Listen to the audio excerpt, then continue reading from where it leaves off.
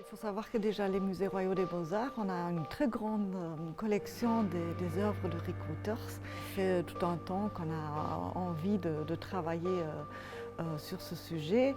Et avec le fait que le musée d'Anvers est fermé pour l'instant, c'est vraiment l'occasion unique qui va probablement plus se représenter après de montrer les deux plus grandes collections de Rick Wouters dans une rétrospective.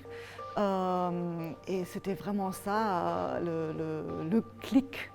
Pourquoi on l'a fait maintenant, et on est très heureux de pouvoir collaborer avec l'autre grand musée belge.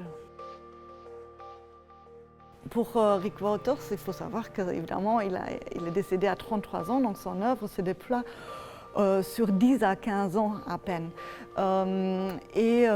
Thématiquement, il travaille toujours avec des sujets qui sont issus de son environnement direct.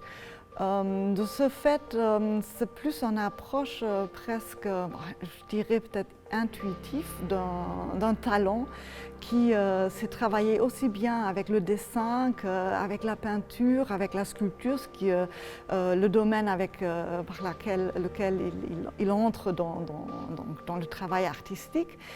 Et ce n'est non plus un artiste intellectuel.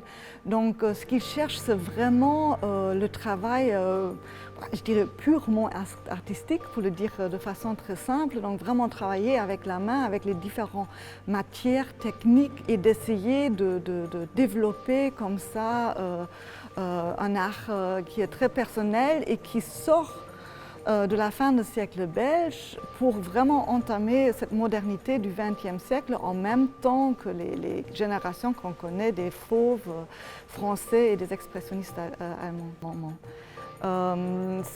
Dans sa formation, oui, c'est important qu'il a commencé comme sculpteur. Je crois qu'il a vraiment gardé cet œil de sculpteur. Et puis surtout son ami Simon Lévy qui l'aide à faire connaissance avec l'art de Cézanne et qui aussi l'amène justement à aller à Paris, à Cologne, à cette exposition de Narbonne. Donc il va être confronté avec l'art de son temps, et puis voir qu'est-ce que moi, Rick Wouters, je peux faire avec cette influence que j'ai vue dans mon œuvre. Et c'est ça ce qu'on doit chercher. Je crois qu'il faut voir quelquefois les détails aussi dans les peintures, que quand on prend vraiment juste un détail, ça semble parfois vraiment être presque abstrait. Et donc j'invite vraiment à découvrir soi-même cette recherche artistique.